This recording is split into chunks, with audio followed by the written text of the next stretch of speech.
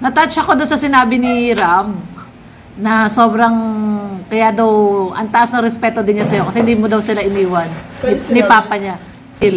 O sinabi niya na hindi... Kasi ang... Oo, sabi niya kasi... Sinabi ni Ram yun. Nag-message siya? Oo, na hindi mo daw siya, hindi mo daw... Ay, hindi pala, kay Hana pala. Kay Hana, hindi doon. Sa interview ni Hana. Sa interview ni Hana. Sa interview ni Hana. Oo, sa interview ni Hana. Yun nga na nakakabilib ka daw kasi kahit na ano daw, hindi mo daw siya iniwan, sila ni Papa niya, hindi mo iniwan. Ikaw daw nagbigay ng ng unang car sa kanya. Oo. Bigyan mo daw siya ng car. Yung ano mo, truck mo dati sa bahay. Sabi na yun? Pinagmamalaki niya. Yung mga handover mo daw na ano. Ikaw daw na nagbigay ng car kay Rob. Kasi hindi daw nakakabili ng laruan si Rob. Tapos yung mga luma mo daw laruan, binibigay mo daw. Ano yung reaction mo doon sa interview ni Hana kay Rob na talagang nagpapasalamat din daw siya at di mo sila iniwan. Alam mo, pag may times na binabanggit ako ni Rob, kahit sa live niya, nire-rewind ko yun, nire-replay ko. Kasi ako sa katulungan na dahil galing kay Insan mismo na hindi niya ako pinapabayaan, proud siya sa mga narating ko, bilang kalingap, or masaya siya nung nandito ako sa kanya. At yun nga, sabi niya, wala siya sa akin, di ba, na hindi ko siya na ipagpapalit. Kaya masaya ako na buo yung, yung tiwala ni Rob sa akin. At saka tiwala niya sa'yo nandun. Which is, yun ang talaga yung pinaparamdam ko sa kanya. Talagang hindi ko ipagpapalit si Kalinga Rob sa lahat, kahit anong pang mangyari, kahit na when dumating na sa point na bumagsak talaga ako, nalubog ako, pero hindi ako nag-isip na umalis ng Kalinga. Pero tapos si Rob pa yung gumawa ng paraan na parang sinama niya ako sa bago ng grupo, yung Hagibis. Parang kahit wala na ako, hindi na ako love, hindi na ako leading man, wala na akong role sa K-Boys parang, pero wala, gumawa siya ng paraan na, kung isipin mo ngayon na may nababasa akong comment na gumaganda na yung image namin or ako, may mga nagko-comment na masaya sila na nakikita nila ako kay Kalinga Rob sa kabila na nangyari. Nandyan pa rin ako. So dahil yun kay Kalinga Rob, thank you kay Insan, kaya wala naman, hindi ko naman sisirain yung tiwala niya at wala akong balak umalis. Kung aalis pa na ako sa Kalinga, siguro hindi na ako vlogger. Hindi na ako gagawa ng sarili kong community. Kasi wala naman din akong dadalhin Lahat naman naman meron ako dahil sa Kalinga. So kung titigil ako sa pagiging vlogger or aalis ako sa kanila, siguro stable na ako. Mamumuli lang ako ng tahimik, siguro may negosyo na. Yung pagbablog ko siguro sa na lang, mayari. Personal vlog. Personal vlogs na lang. Pero hindi ko pa naiisip yan. Ngayon kasi parang gusto kong makamit yung mga pangarap ko sa pagiging vlogger. At yan dahil sa Kalinga. At salamat sa kanilang lahat, lalo sa Kuya Val. Ang daming nangyari. Dumating na sa point na nasira talaga yung image ko. Pati yung Kalingap nadamay. Pero nandyan sila. Hindi nila ako pinalikuran. Pinagtanggol pa rin ako kahit na may madamay, di ba? Alam nila may madadamay. Kaya sobrang thankful ako kay Kalinga Rob na talagang hindi lang siya nandyan kasi may pakinabang ka. Nandyan siya kasi parang pamilya na Pamilya talaga, oo. Kahit kayo naramdaman yun, di ba? Kahit hindi ko totoong pamilya. Kahit hindi kami kadugo, pero pamilya yung turing. Pero sa akin, hindi lang na pinoprotektahan niya ako kasi para sa sarili niya image. Pinoprotektahan niya ako kasi bilang pamilya. Kadugo. Di ba? Kaya, Kuya Val din, ang daming sinalong basher. Totoo. Sinabi naman din ni Rob yun sa live, isa sa mga live niya, may nagtanong kasi na marami daw nagsasabi na tanggalin na daw si Kuya Brooks at ikaw nga daw sa Kalinga po. Sinabi ko kay Rob, sabi ko, Insan, so mo, pahinga muna ako or alis muna ako dito kasi hindi naman sa toxic na ng community dahil sa akin, lumala lalo na yung mga reactors. Nagsabay-sabay na ako yung ginagawang masama. Tapos nadadamay na iba't ibang lab team or iba't ibang, basta lahat. Nadamay lahat. Feel ka ng guilt. Nag-guilty ako kasi inaamin ko naman yung kasalanan ko, yung nagawa ko mali. Tapos nakapagsinungaling ako sa lahat ng tao. Kaya inaamin ko yun, wala akong dinideny doon. Talagang nagsusorry ako sa lahat ng tao doon. Pero hindi ibig sabihin nun is ganun yung pagkatao ko. Sabi ko naman sa kanya dahil hindi ako perfect na tao. Sabi ko naman is lahat naman tayo may pagkakamali. Sa buong buhay ko yun yung pinakamalaking pagkakamali ko. Nagsinungaling ako. Pero may dahilan yun. Pero tapos na yun okay na yun. So, nung sinabi mo kay Rab na... Sabi ko kay Rab, minsan gusto mo, alis muna ako. Yung live selling nga namin ng vending box, sabi ko, minsan gusto mo ba isama dyan kasi baka masira yung live selling. Kasi ba, parang yung kakaputok pa lang ng issue. Sabi, minsan, wala daw yun, okay lang yun. Iyaan mo lang sila. Sabi sa'yo ni Rab. Sabi ko, minsan, pahinga muna ako sa'yo, sa kanina. Hindi, minsan, parang wag daw ako umalis. Wag. Parang matatapos din yan. Parang hayaan mo lang. Kaya, saludo ako kay Kalinga Prab. At nangyari naman, Until now, di ba? Parang nandyan siya sa likod ko. Kung kailangan ko siya, nandyan siya. Kaya, ang saya na nandyan, naramdam mo yung Suporta nila. Ups and downs, di ba? Talagang hindi ka nila papabayaan. Kaya yung mga nambabash sa kanila, wala naman silang alam eh. Nasa labas lang sila eh. Pag pumunta sila dito, tapos sabihin mong, stay kayo dito ng 1 month. Malalaman nyo kung ano yung ginagawa ng kanila. May embrace nyo. Mapapamahal kayo sa amin. Hindi sa amin sa kanila. Sa Kalingap. Kasi, ako nga 3 taon na ako dito, never akong bumitaw, never ako nagsisabi na sa sarili ko na, ayoko na, ang toxic. Diba? Pero never, kasi ramdam yung alam yung nangyayari sa loob eh. Diba kayo nga, ang dami nyo ng issues, diba? Totoo. Pero nandito pa rin.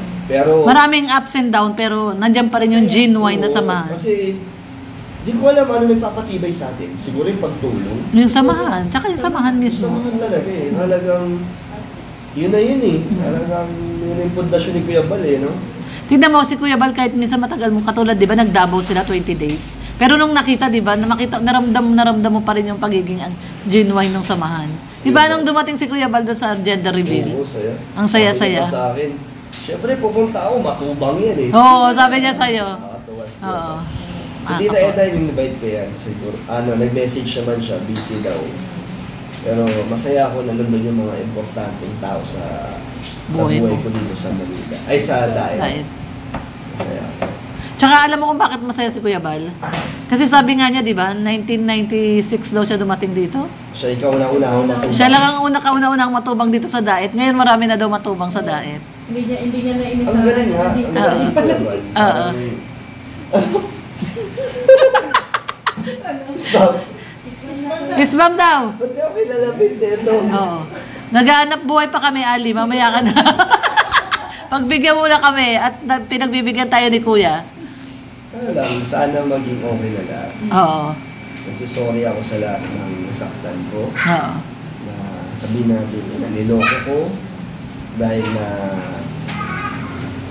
pinaasa ko. Inaamin ko naman yun. Pero sorry, hindi ko na maibabalik, hindi ko na mababawi yung nagawa ko. Pero sana sa mga darating ng panahon, yes. Kahit di yung patawarin eh. Parang lang, kalimutan na lang natin. Nagkaroon tayo ng sumuporta kayo sa akin, hindi, okay lang, basta totoo yung pinakita ko sa inyong pakikisama. Sa mga nakakausap ko, sa mga nagsuporta sa akin, sa mga nag-sponsor, totoo yung yung pinaramdam ko sa inyo bilang isang kalingap na totoo yun. Lahat yun binigay ko sa charity. Wala akong kinuha sa sarili ko, wala akong ginamit sa sarili. Kahit nung birthday ko, alam ko naman kasi dadating yung oras na mangyayari yung lalabas yung katotohanan. So nakakonsensya ako nung birthday ko na ang dami ko natanggap. Sabi ko, paano na yun pag lumabas yung katotohanan? Nagbigay sila, nag-effort sila. So, ginawa ko, ginamit ko sa charity. Kasi yung cash yun, di ba? Hindi ko pinasok sa bangko ko yun. Cash yun, nasa sobre lang yun eh. Kay Rain, pati yung kay, sino ba yun? Kay Kuya Bobby. Tsaka Ian. Oo, kay Ian, dati nasa sobre, hindi ko yung pinasok sa bangko ko. Ginamit ko yung paunti-unti sa vlogs ko, sa mga charity vlogs ko. So, hindi lang kung ginamit kasi alam ko naman na alam ko naman na mali na yung mali na eh. Sisinungaling na ako sa tao, which is di naman talaga ako ganun eh. Nangyari lang talaga na naipit tayo sa sitwasyon na nagsabay-sabay. Kaya, sorry sa kanila. Until now, nagsasorry ako sa inyo. Kasi marami pa rin galit, hindi pa rin nakaka-move on. Lalo na ibang affected na talagang nag-message na mahal nila. Minahal niya kami. Totoo yung suporta niya sa akin. Kaya nakakonsensya ako at nagsisisi ako, nasira ako. Tiwala nila. Kaya wala na eh, damage has been done. Hindi ko na mababawi yun. Yun lang, sorry lang talaga. Pero sana matanggap nila kung ano yung nangyayari sa buhay ko ngayon. Kung hindi nila matanggap, sana huwag nila akong pansinin. Kalimutan nila ako, yun lang. Huwag nila ako i-bash, huwag nila i-bash yung asawa ko, yung anak ko, na ano na lang, burahin na lang nila ako sa isip nila, yun na lang. Kasi, yun na lang yung tanging paraan para makalimot is mag-move on, diba? Yun na yun. Wala na akong magagawa, kahit mag-sorry ako na mag-sorry sa inyo. Sabi mo nga, damage has been done. Yun nga, damage has been done. Kaya, salamat na nanatili sa mga nandito, sa mga nag-message na kunyari, yung sabi ng iba, nasaktan sila, pero ngayon, makamove on na. Salamat sa inyo. Salamat po. Huwag ka na umiyak. Hindi ako naiiyak. Papaiyak ka na eh. Hindi, never ako umiiyak. Hindi, ano lang kasi, nalulungkot lang ako sa naging image ko ngayon sa kanila. Hindi naman din yung ginugusto kong mangyari. Ano lang. Basta, okay din po. Ano mangyari yun na yun. Basta nagkaliwanag na ako. Pero basta ang importante, masaya ka ngayon.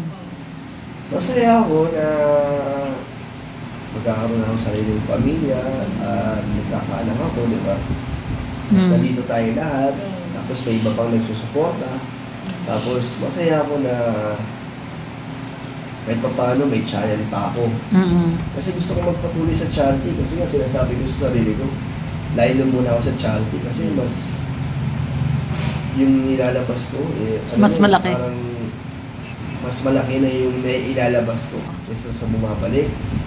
Ang point ko naman doon, paano kung walang babalik sa akin? Paano ako magpapatuloy? Bukod doon, may sarili na ng obligasyon, may responsibilidad ako. So, iniisip ko, paano naman, di ba? Kaya gumagawa ako ng iba't ibang paraan. Yung pagpaprank ko, wala ba akong ginagamit na ibang tao parang support lang. Kaya salamat kay Jomar, kay Michael, sa ibang kalingap na sinusuportahan pa rin ako. Kaya ngayon, salamat din sa viewers na nandiyan. Sana mabuhay yung channel ko, umangat na makapagpatuloy ako sa pag-charity. Gusto ko magpabahay, ang sarap magpabahay. Ang sarap makatulong. Pero ang sabi nila ay, unahin mo daw muna yung dream house mo. Yun nga wala pa akong plano sa sarili ko Charity begins at home. Oo. Hindi, pero lalo na ngayon, may magkakababy ka na pamilya. Yun nga Di ba? So dapat yun ang salamat din first priority. at least Kuya Brooks, may bahay na. Si mama na lang. Yung lupa ako, may plano naman ako doon. Kaso hindi pa kaya sa ngayon. Pero naniniwala ka ba na darating din yan? Darating din lahat yan, mga plano mo. Hindi man ngayon, pero Kasi nga, panahon. dati sa Manila ako, motor ko, hulugan. Hindi ko naisip kumuha ng sasakyan. Pangatlong sasakyan ko na yan ngayon. Pero ano lang yan trade-in, yung second hand. oo. Pero hindi natin masasabi kung anong plano ni Lord. Oo. Kasi sa Manila, ang motor ko doon, hulugan Hindi ko inisip na kukuha ng sasakyan. Pero isipin mo ngayon, di ba? Nagkaroon ako ng sasakyan. Ngayon, di ba, may Fortuner ka. Kung isipin mo, Fortuner, pang businessman yan Pang negosyante yung tao yan ano ba ako? Parang Negosyante ka naman ba? nagkaroon lang naman ako ng konting negosyo na nakaipon, pero di ba, nabigyan ako ni Lord ng ganyan, kaya ang saya, hindi ko iniisip yun, di ba? Kaya, hindi ko alam kung anong plano nila. Pero masaya ako na, nandito tayo sa maayos sa tirahan, hindi ako pinapabayaan yun. Kaya, totoo. Tapos nandiyan yung mga taong paligid ko, kayo, hindi nyo ako iniwan, kahit wala na kayong views. Alam nyo naman sa una pa lang na, or nalaman nyo nung late na, di ba? Nalaman nyo na, pero pinuloy nyo pa rin yung support nyo, di kayo dinira. Hanggang sa nalaman nyo na dumating na sa sumabog na. Oo. Diba yung unang tanong Nandyan pa rin kayo. Totoo. Actually, may nagtanong sa akin noon sa isang live ko. Bakit daw nag-stay pa kami sa Team Brooks? Sabi ko, kung alis kami sa Team Brooks, hindi namin sa support si Dan, marami din magsasabi na, ganyan lang pala kayo. Nung okay si Dan, nandiyan kayo. Nung wala na, wala kayo. So, di ba? So, mas okay na rin yung nandito tayo kahit walang views, basta magkakasama. Masaya. Masaya lang. Ganun din naman eh. Mag-stay ka at mang-iwan ka. May sasabihin pa rin sila. May sasabihin sila eh. Tsaka, totoo yun. Pag nang-iwan ka, walang kwentang tao ka na. Oo. Tuloy si Mama Jem, oh. Gumaganda ang isip ko pag may nakaharap ko. Ay, Alfonso, ay ito.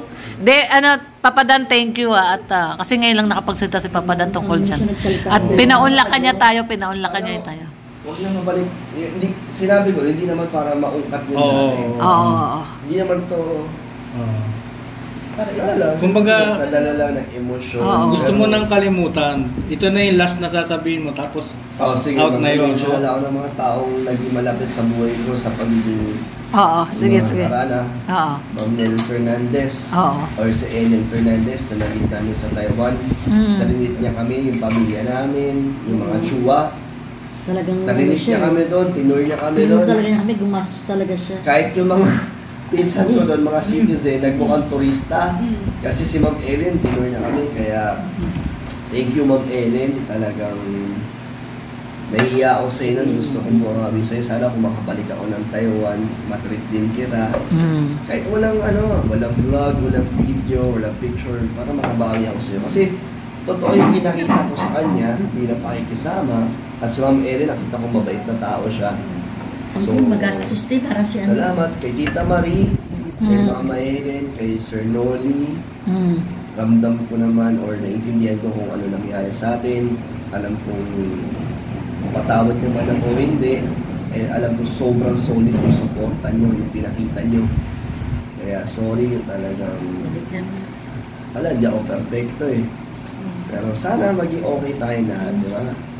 Pero salamat na nandyan kayo na nagpapatuloy supportahan si Joy. And meron pa si M Cares. M Cares, sila Mabel Marcos, si Adventurous 24, yung Team Europe, basta yung mga naging part ng buhay ko sa loob ng Danjoy. Sorry na sa dami yung beses na tinatanong ako, totoo ba itong issue na ito? Tinago ko. Sinungaling ko. Kasi sana maintindihan nyo kung bakit ko ginawa yun. Sana matapos na yun, mabura na sa isipan nyo para maging okay na lahat. Diba? Kaya, sorry sa inyo. Ano na tayo? Kung hindi nyo matanggap ang pag-sorry Dan, pwede kayo mag-suporta sa akin. Dito na kay Teacher Rex. Hindi, pero ako talaga sa totoo. Close na yun eh. Pagka yung nabanggit mo na yun, yun na yung last. Close chapter na. Close chapter. And thank you kay Papa Dan kasi nag-close chapter siya sa atin. Thank you, Papa Dan. Next book na tayo. Next chapter na. Next chapter na. Daddy. Boss D. Boss D. Ay, hindi. Ano tawag mo? Sabi mo? Anong gusto mong tawagin ka? Boss D nga pala.